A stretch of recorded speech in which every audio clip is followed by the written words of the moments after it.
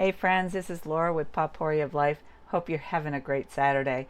It's a little toasty here in New Hampshire, low 80s. Could be worse, so I'll be thankful for this. And we had some rain off and on for the past couple days. Nothing today, but that's okay because it's a gorgeous day for those of you who are out in the sunshine. For myself, I've been out there. I've been out to the gardens, checking on the herbs, checking on the tomatoes, and I got some other little things that I've got out there. Not much. But every day I bring in a few more tomatoes, and eventually I'm going to have a stash in the freezer because I got maybe a couple, like 2 or 3 cups of cherry tomatoes that I still have to process or throw in the freezer. Haven't decided what I'm going to do there. But what I wanted to do was share with you with some of the things that I've done, some with the stuff that I got from the farm stand and some from my garden. So when I went up there, I already shared some of the things that I got, but I got this huge bag of spinach, and I love spinach. I love it on my salads, but it's too much. And so when I buy it in bulk, my goal is to dehydrate it, keep some for my salads, but dehydrate it. And so far, I've got 2.5 gallons because, yes, it was that much. Now, if I crush this right down into a powder, this will be sufficient. It'll fit in one jar, and then I just throw that into my smoothies. And that's just extra greens that I put in there. And what I did was, when I dehydrated it, I did it a couple of ways. I put some in and I wanted to see which method I liked best for greens.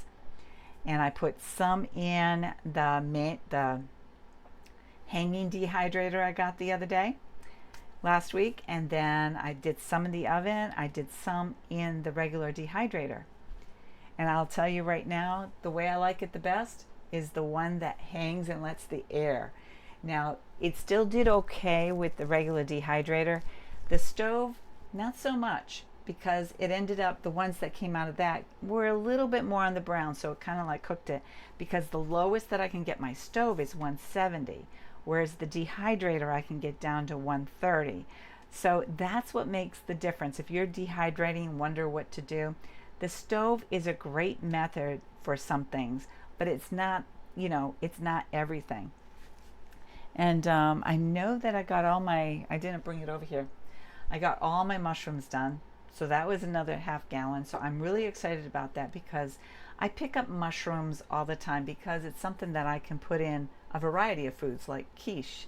I can chop them up and put them into meatloaf or whatever I'm making, like even an egg dish. I know quiche is an egg dish, but like for breakfast and stuff, or you can hydrate it and put it in your stir fries. So that's one thing that I'm doing. In this way, the mushrooms aren't going bad. The spinach won't go bad. And one of the things that more now than we have in the past, if we're not really going to have a good source of supply of food and stuff, I don't want to go to the store, because the last 2 years when I've gone shopping for produce in the winter, it's just not as good as I would like to have. We get really great stuff in the summer, but not in the winter. And I guess that's typical, but so I'm trying to preserve the yummies as best I can. Now, I had shared that I got some zucchini. I just dehydrated that, and this is all the zucchini that I had, and this was like 8 average size zucchini, not baseball size. Those, if I get those, I'll probably make into noodles and probably dehydrate them or freeze them. I haven't decided, because you can't keep, like summer squashes you can keep for a while, the butternuts and the acorns, those can last for a while, but the zucchinis and other summer squashes, they don't last. So I just dehydrate it. And these are really good. I think I've shared before, instead of buying my husband chips, he eats these, and there's no salt, there's no oil. And I know some of you are saying, you gotta be kidding, that's boring. Actually, when you don't consume a lot of salt or a lot of other things like that, it actually tastes pretty good when you want something crunchy or something. And we find, more so myself, we find that there's too many preservatives, too many additives to make the food taste good. And you know what? When you just eat the food the way it was meant to be, it tastes pretty good. But I don't have to just use these for chips. We can use these for baking with. Now, if I was going to use it in like a zucchini bread, I'm not too sure. I've not done that. But I could take these and powder them up and put it in as a flavoring. And I might actually like a zucchini bread that way. One of the things that I've done today, I'm just so excited about everything I've done. So the other day I was making some kimchi, and I've got them into 5-quart jars. And today I tried it. It's fabulous. And one of the things that sometimes we forget is that, I mean, it is a probiotic. I don't like taking probiotic pills. I just don't find them worth it.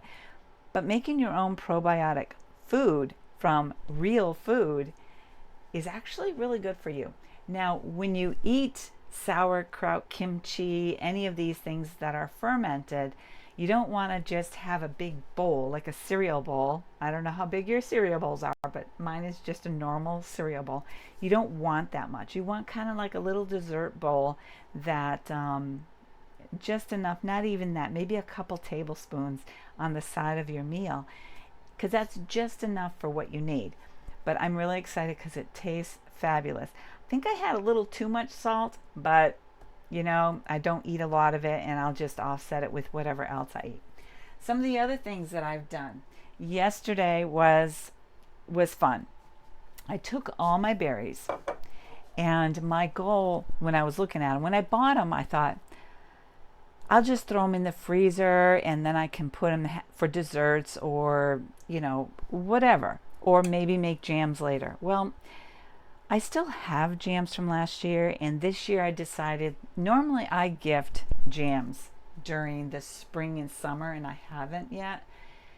And then I thought about it because it's like, I'm not sure if people really appreciate it sometimes, but I think they do. But I've decided that I'm just going to make what my husband and I will consume. So, but also my grandkids love fruit. So I did it different than I normally do.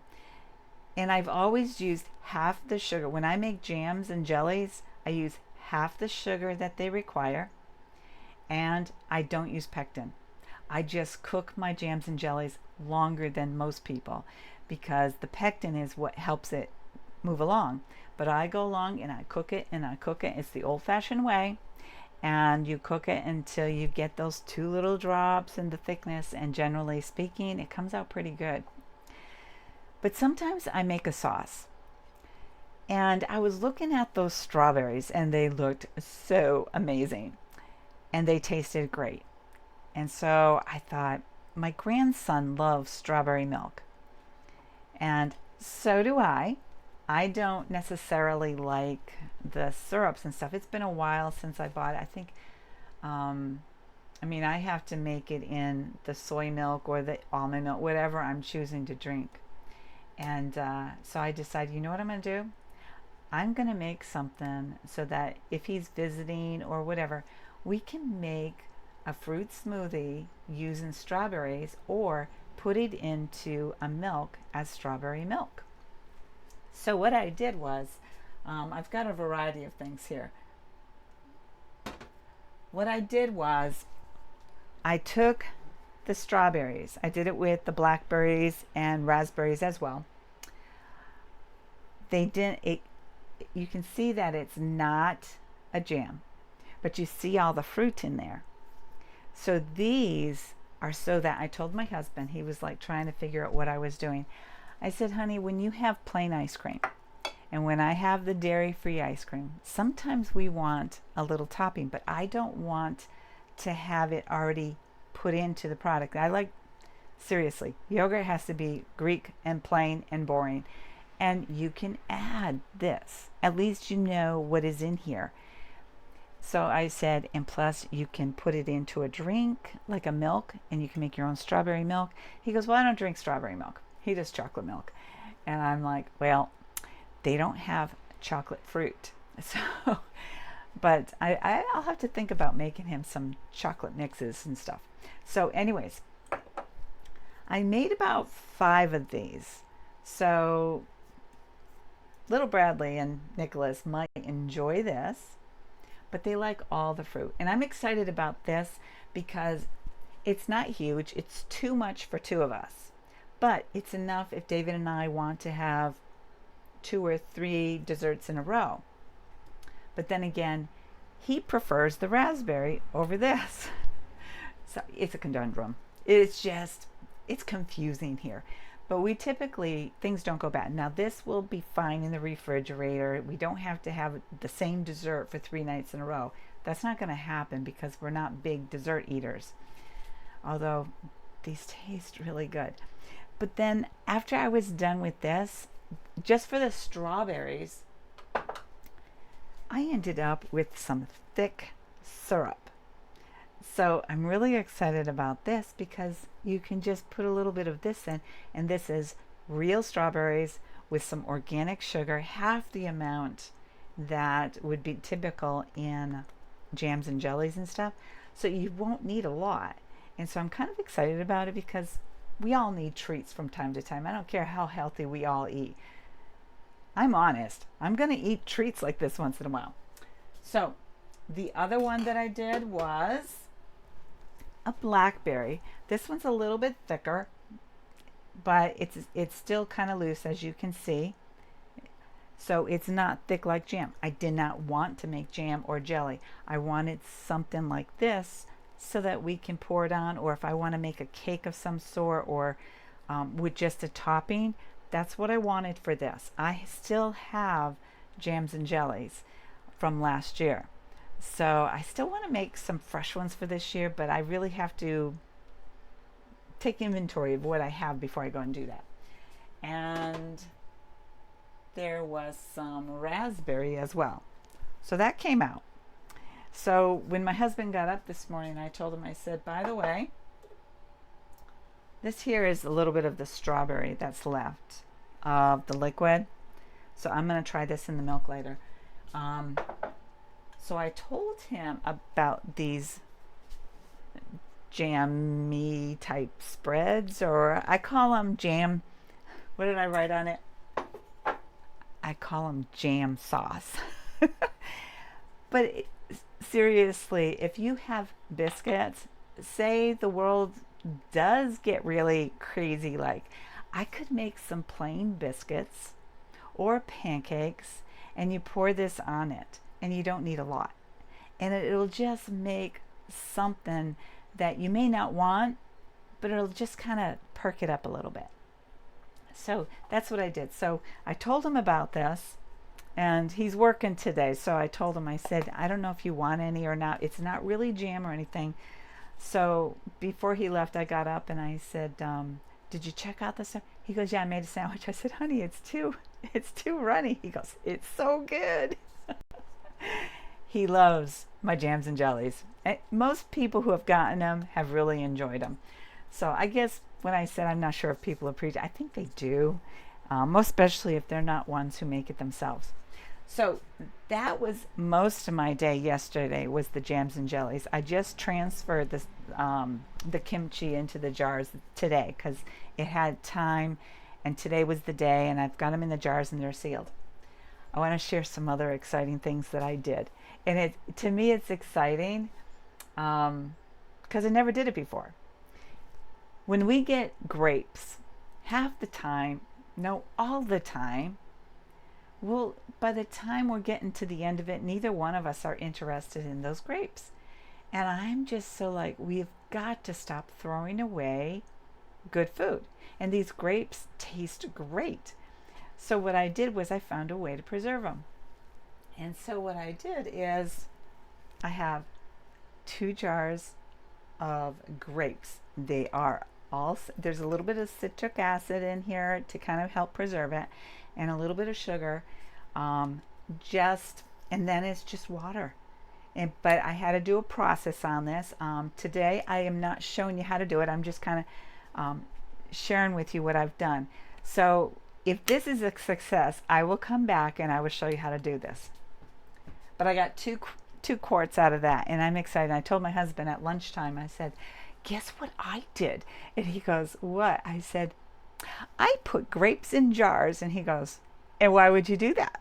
And so I explained to him what I just explained to you is like, I don't like our fruit going bad. And that's what happens. But these are shelf stable.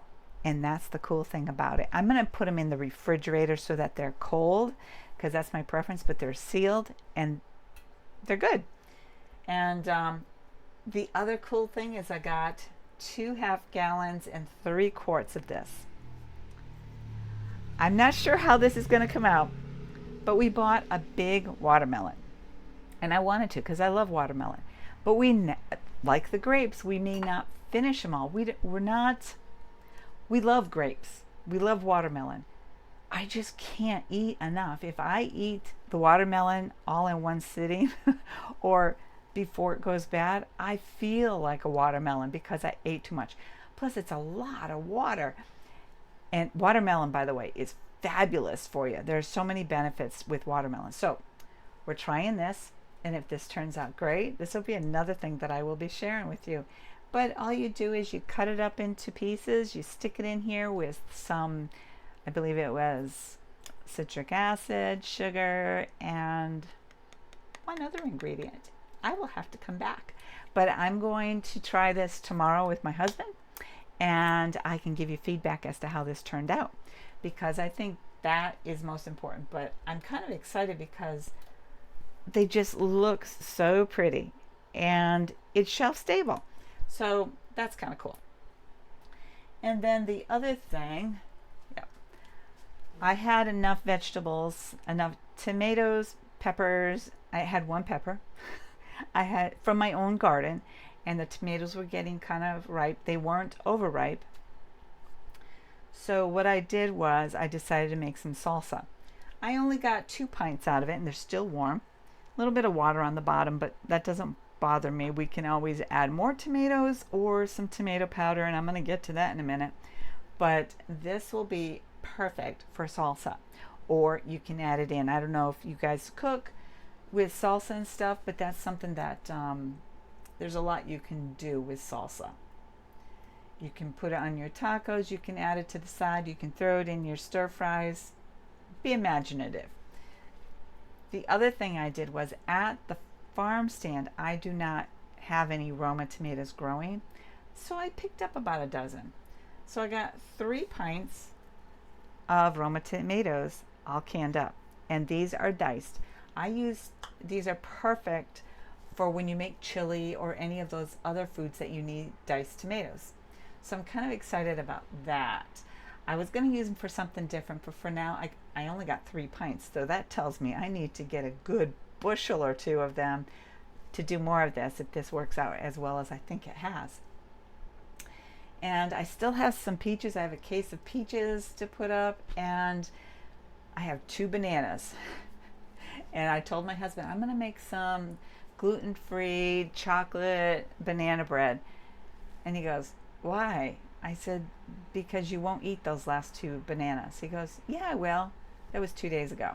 Those bananas either get baked or they go to the compost tomorrow, because I don't think they'll make it till tomorrow. I could put them in the fridge, but I'm going to make the bread, and I will share that recipe with you when I go to make it, because it is so good. I've made it for a number of years. It's just really good. And when I make it, I use a dairy-free chocolate, and you can get that too. Mine is Belgium dark chocolate.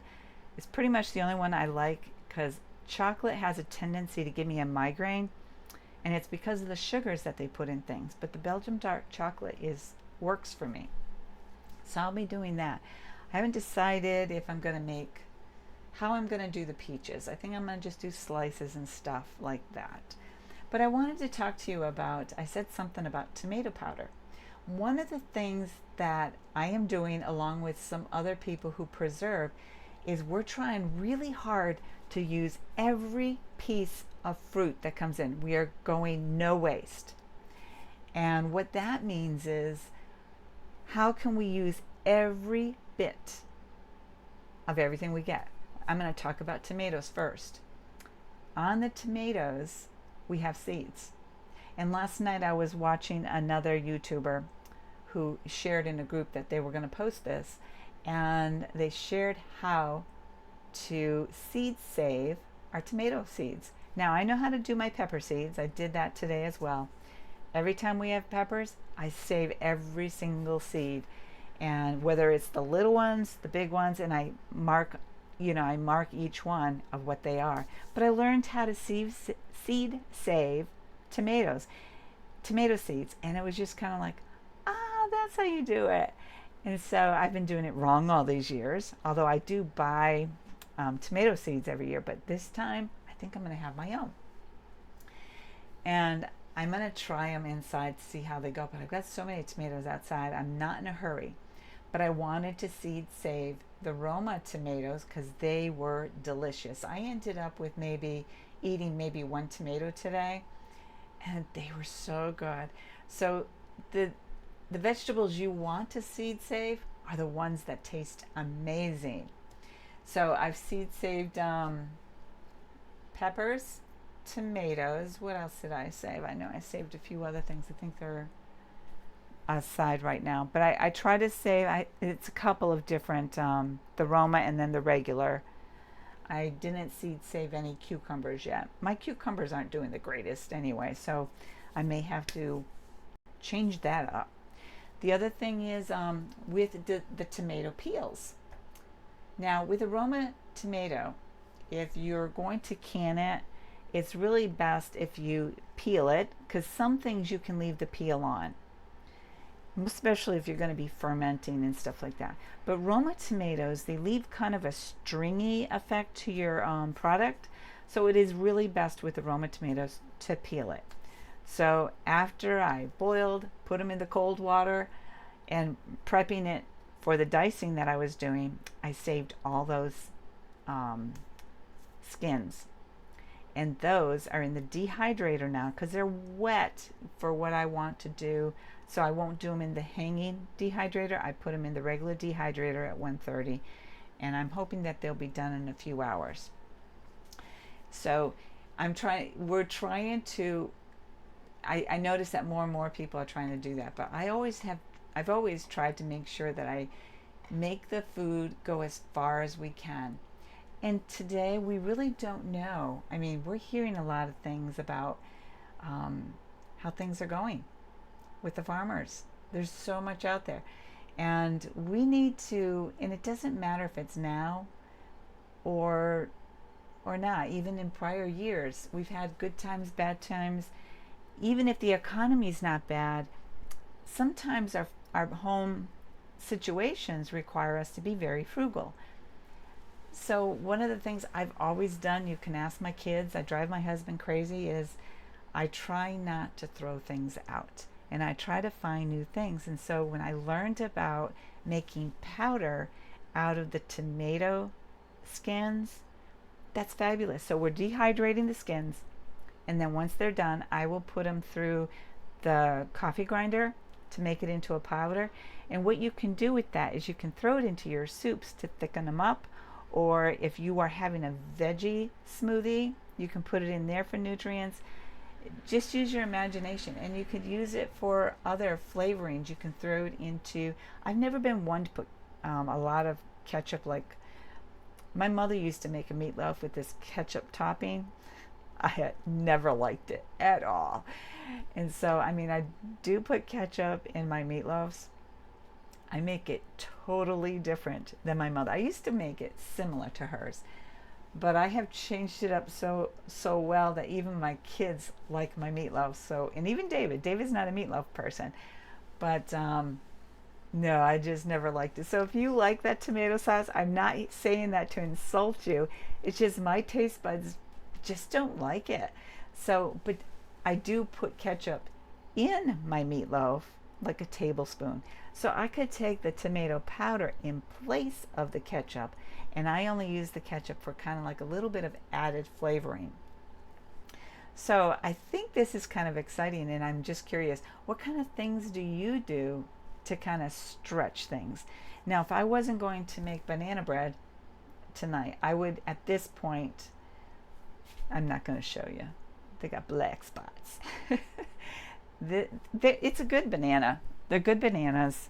They're just kind of like, they're time to cook. They're soft, but they're not mushy. So they're perfect for banana bread. He likes the bananas like this. I don't. My oldest daughter likes them tart. When we used to bring them home, she would just like, I can't peel them at that point, but she loves them that way. It's just at the point of past green and into the gold, into that yellow. And to me, they're too tart. I need them between that and this. With different personalities, different taste buds in this family. So I think that's about it. I'm going to be working on peaches and the banana bread next. And truly, I hope that you come back and see that, because it truly is a wonderful bread. It's very moist. It's gluten free, and I can certainly share with you how to make it not be gluten free, because I know that not everybody is gluten intolerant or whatever. But it's a real tasty bread, and then adding the chocolate in there. It's a marbled chocolate banana bread, and it's really good. I've gotten compliments from other people as well, because it tastes that good.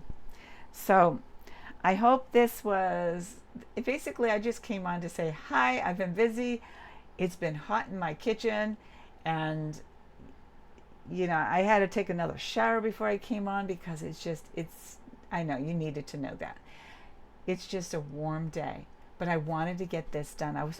My goal is to even get to the peaches and have them done before I go to bed tonight.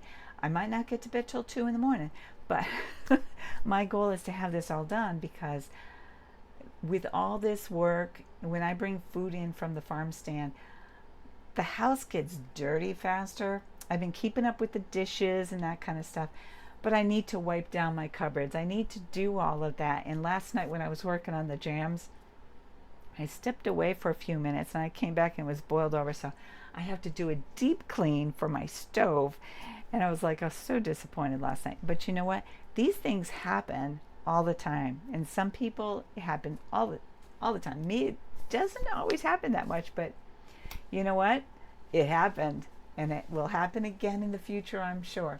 So I hope that you have a great night. I will be back to share with you that marbled chocolate gluten-free banana bread, and I hope you visit me when it's up, and I hope to be done with those peaches tonight as well.